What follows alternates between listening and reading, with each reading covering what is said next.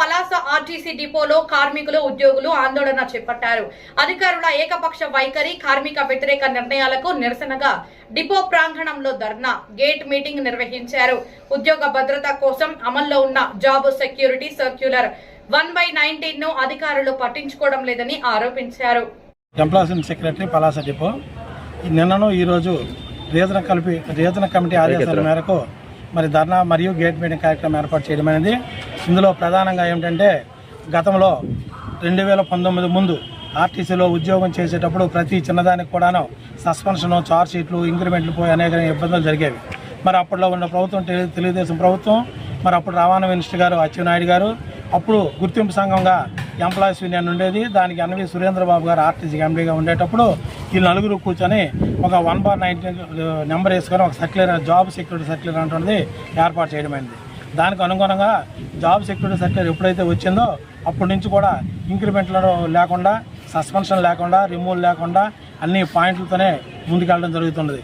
మరి ఎప్పుడైతే ఆయన రిటైర్ అయ్యారో మరి ఒక్కొక్క ఆఫీసర్ ఒక్కొక్క విధంగా ఆలోచనతో ఎవరు కోపం వస్తే కోపం వచ్చిన విధంగా, మంచి ఉంటే మంచి విధంగా ఆయనకి ఇష్టం వచ్చిన వ్యవహారం చేస్తూ మరి ఆ సర్క్యులర్ను పక్కన పెట్టి ఇబ్బందులు అయితే పడుతున్నారు. మరి మొన్న సోంపేటలో ఒక యాక్సిడెంట్ అయ్యింది. ఆ యాక్సిడెంట్కి మరి గౌరవ సీఏ గారు, డిఎం గారు ఏంటంటే ఈ యాక్సిడెంట్ అయిన గంట తర్వాత అక్కడ యాక్సిడెంట్ ప్లేస్ దగ్గర చేరి అక్కడ ఉన్నటువంటి సీసీ కెమెరా రిపోర్ట్ కానీ, అక్కడ ఉన్నటువంటి ప్రజల తాలూకా రిపోర్ట్ కానీ తీసుకోకుండా మరి సీఏ గారు ఏకపక్షంగా తప్పుడు రిపోర్ట్ తయారు చేసి ఆ డ్రైవర్ గారినేమో తప్పుడు రిపోర్ట్ని ఫైండింగ్స్ రాసి ఆ డ్రైవర్ గారిని సస్పెండ్ చేయడం జరిగింది. ఎందుకు తప్పుడు రిపోర్ట్ రాశారు, ఎందుకు ఇలా చేశారంటే నేను వెళ్ళాను, నేను చూశాను అంటారు. మీరు వెళ్ళారు, మీరు చూశారు, మీ ఒక్క నిర్ణయం సరిపోదు కదా, ఆ తప్పుడు రిపోర్ట్ అది. కాబట్టి ఎట్టి పరిస్థితుల్లో సస్పెండ్ చేయడం కాదు అంటే అది జరిగిపోయిందంటే సస్పెండ్ చేయిస్తాము. సరే, చేసిన వెంటనే సేమ్ డిపోకి ఇవ్వాలి, మీరు 24 గంటల్లో మాకు లిఫ్ట్ ఇవ్వాలని అంటే అలాగే అని చెప్పారు. మరి ఆ కేసు అంటున్నది రీజనల్ మేనేజర్ దగ్గరికి వెళ్ళింది. ఆర్ఎం గారు అంటున్నది ఆ కేసుని నేను పక్క డిపోకి ఇస్తాను తప్ప ఈ డిపోకి ఇవ్వడానికి కాదు అని అంటున్నది.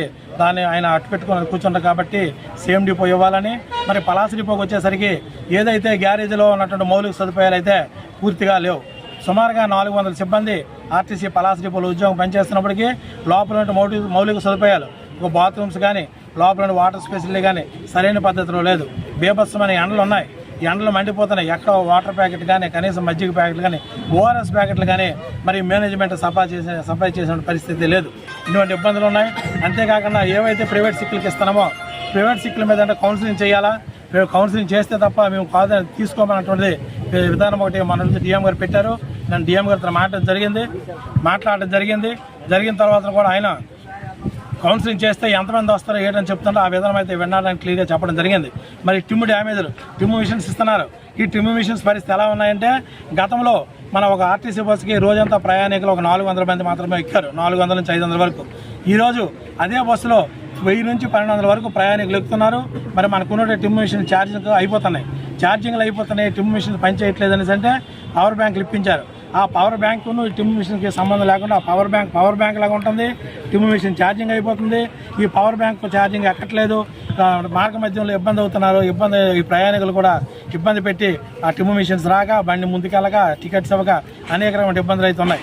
మరి టిమ్ మిషన్స్ తీసుకెళ్లిన డ్రైవర్ కండక్టర్లో చిన్న డ్యామేజ్లు అయినా అవ్వకపోయినా మరి డ్యూటీ దిగినప్పటికీ చిన్న డ్యామేజ్లు అని చెప్పి ఆ డ్యామేజ్ కాస్ట్ విధిస్తున్నారు.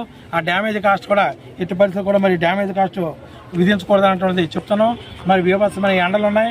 ఈ ఎండల్లో కూడాను రాత్రి పగలు ఏదైతే డిపో టార్గెట్ కిలోమీటర్లు ఉన్నాయో 28,000 కిలోమీటర్లు ప్రతిరోజు కూడా ఎండనక వాననక భార్య పిల్లలు విడిచిపెట్టి వేలాది కిలోమీటర్ల డ్రైవర్ కండక్టర్ తిరుగుకొని వస్తున్నారు.